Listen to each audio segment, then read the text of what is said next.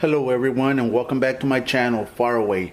Today I'm going to bring you a video. This is a question I have been asked several times as to how I adjust my paint guns. That question is real hard to answer in regarding that every single paint gun, it's different. You adjust them different. You adjust them, I can't tell you this one you take 2 turns and that you'll be set. This one will take the same. No, every single gun is going to be adjusted different. But in this video I'm going to show you the steps you need to take, the steps that I take actually to adjust my paint guns. Alright, let's get started. Okay, first of all, some of these guns are real expensive. They're high-end guns. Some of them are not. Now, the adjusting of the guns have to do with the quality of the paint gun. The way I see it, the guns have to perform to my specific needs. Now, what I mean by that is, let's just get this one right now. The Husky paint gun. This is from Home Depot. It's a real inexpensive paint gun. Now, the way I saw that this gun performed, it performed good. I painted motorcycles with it. I painted several other stuffs.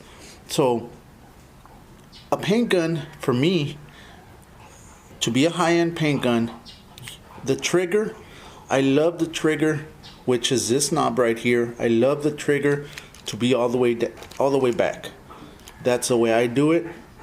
So if a paint gun, when I get a paint gun and I adjust it with the trigger all the way back, and then I start adjusting my fan, but it doesn't paint well or it doesn't spray well, it's not a good paint gun for me. Okay, so that's the first step that I take in order to ensure that I'm gonna have a good paint gun.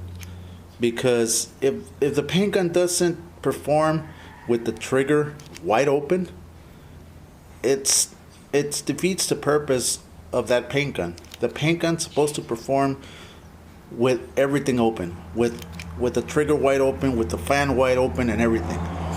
Okay, that's step 1. Okay, second of all, when I get a new paint gun, you know what, let me pour some paint on some of these, on one of the guns. And to be fair, I'm gonna be using the Husky paint gun.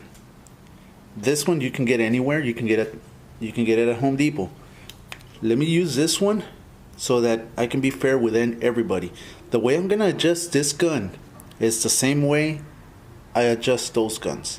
Now, that said, those guns are adjusted different than these guns, but the steps that I'm gonna show you for this gun are the same steps that I use on those guns. Okay, so once I get this to where I want it, to where I'm gonna be spraying, that's the same way I'm gonna do those. That's the same way I do those. Okay, maybe this is gonna be 1 turn, maybe 2, maybe that's gonna be 2 or 3 turns. Okay, but the spray pattern is what I'm gonna be looking for, which, let me show you. That's the best way for me to explain it. So let me show you. Let me fill it up with paint and let's go. All right, let's get started. Now, let me start off by saying most of the guns, I'm gonna have 3 knobs, the majority of them. Okay, this is gonna be the trigger, this is gonna be the fluid, this is gonna be the air control. Now this one, the air control on the bottom, I usually just leave it wide open. That's why I have this. This is gonna adjust the air, the amount of air that I want inside this gun. Now, for paint, normally, you've seen me use 28, 29 PSI for paint. Now for clear, I do bump it up to about 35. Reason being is that I need that clear to lay down real nice, and you've seen me the way I've laid down clear, and it lays down flat. So 35, I found the perfect setting for the clear. Okay, now some of the guns, let me show you another gun, just a minute. Now some of the guns have the fluid up on the side. The needles most of the time always is going to be in the back, and the fluid, some of them have them here on the side, okay, and well, the air adjustments on the bottom. Now it's the same function, the only difference is they have it in a different place. Okay, so let me get started and let me start spraying so you can see the way I adjust the guns. All right, let's get started. First of all, I'm gonna adjust my pressure. The way you do that is, guys, I'm sorry about the chickens. My neighbor has a bunch of chickens, so sorry about the chickens, but I hope you can hear me well. First of all, I turn it on. I push the trigger not all the way, not to where the material is gonna come out. Just like that, and right here, it's indicating that I have 27 PSI. So I bump it up a little bit. There you go, 28.5, 29 PSI. I'm ready. This knob right here, I have it wide open. So let's just get started so I can start adjusting my fan. Okay, so let's get started. I have everything wide open. I have the you know what? Let me shut this down all the way. I do have the trigger wide open. I love to paint my cars with the trigger wide open. So I close this up. I close the material portion up. Now if I spray it, that's what it's gonna give me. So from there, I'm gonna start adjusting to give me a good spread of paint. So let's get to it. Let's see how many turns. Now what I can do, I can open it up all the way and go from there, start closing it, which to me that's better. But I just wanted to show you what happens if you close it all. But to me, I'm gonna open it all the way and go from there. I'm gonna start tuning it down and just leave it. All right, let's get started.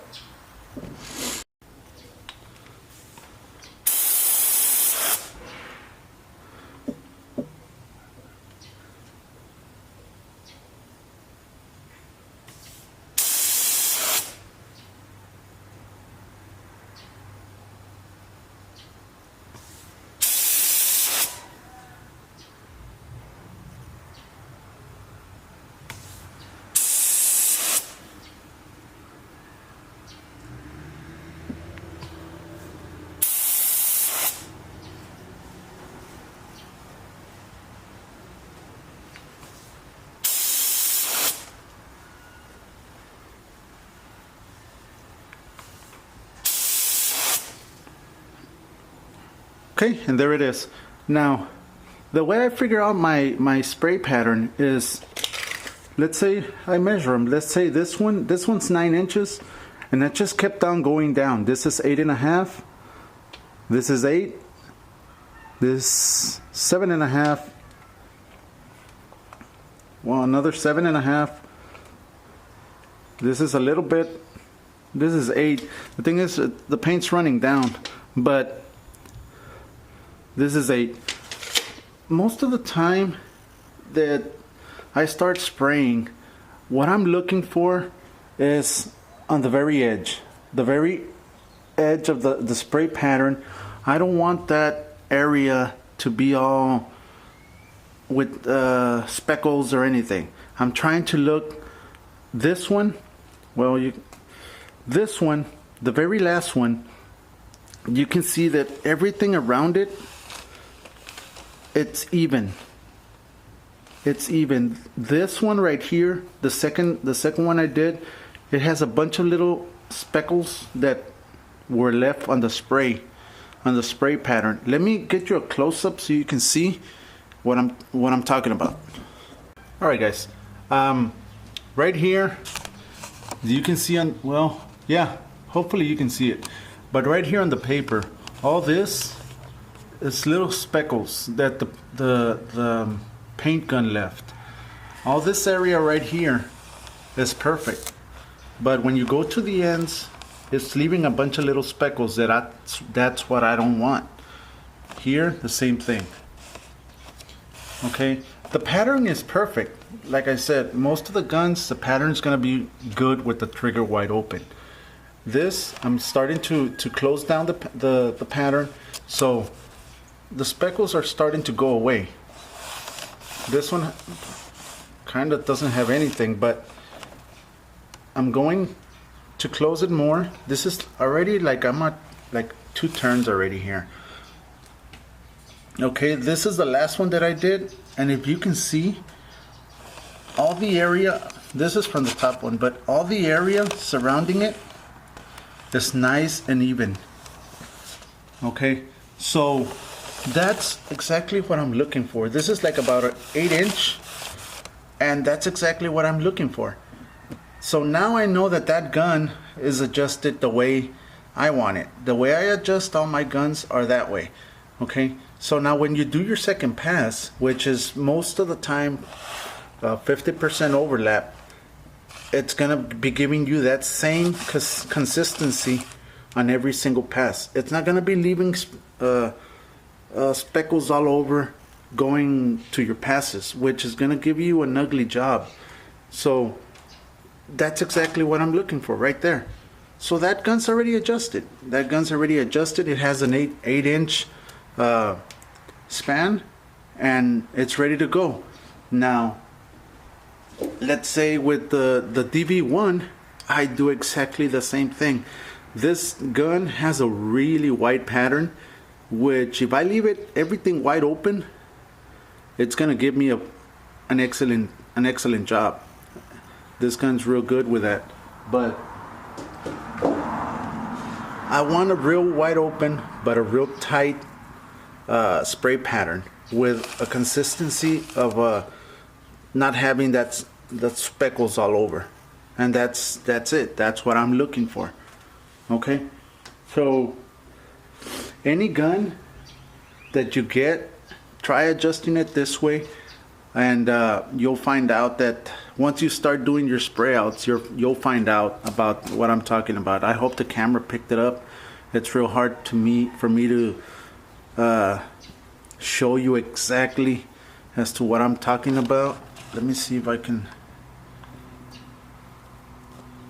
Hopefully the camera's picking it up. I have a little screen that it shows it picking it up, but until I start editing, that's when it comes out. Okay, and that's it. That's the way I adjust the paint guns. That's the way you can go about adjusting any of the guns. It doesn't have to be a high-end gun. It can be a low-end paint gun. But remember, the most important part about it's the trigger. Now, the only other reason I would adjust that trigger is when I have most of the bumper covers have like little indentations and all that. When you have the fan wide open, the paint's not gonna go in there. So I adjust the trigger a little bit so it can start shooting a little bit closer, a little bit smaller, and it'll go into that indentation of that bumper cover or any other little crevice. But other than that, that's how I leave the paint guns. I leave them wide open. I start painting with them, and the results are excellent. Alright guys, and that's the way I adjust the paint guns. Now there's other different methods that might work for you, which is perfect. But that's the way I do it in order for me to get a real nice finish on the cars. Okay, so guys, that'll be it. That'll be it for this video, guys. I hope you guys enjoy these kind of videos. I am working on that 350, so that's coming up next week. And guys, thank you very much. Let's start passing the word on about my channel.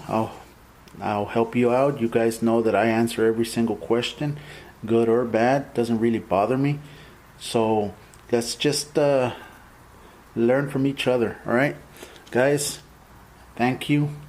God bless, and have a great weekend. Let's go on to the next one.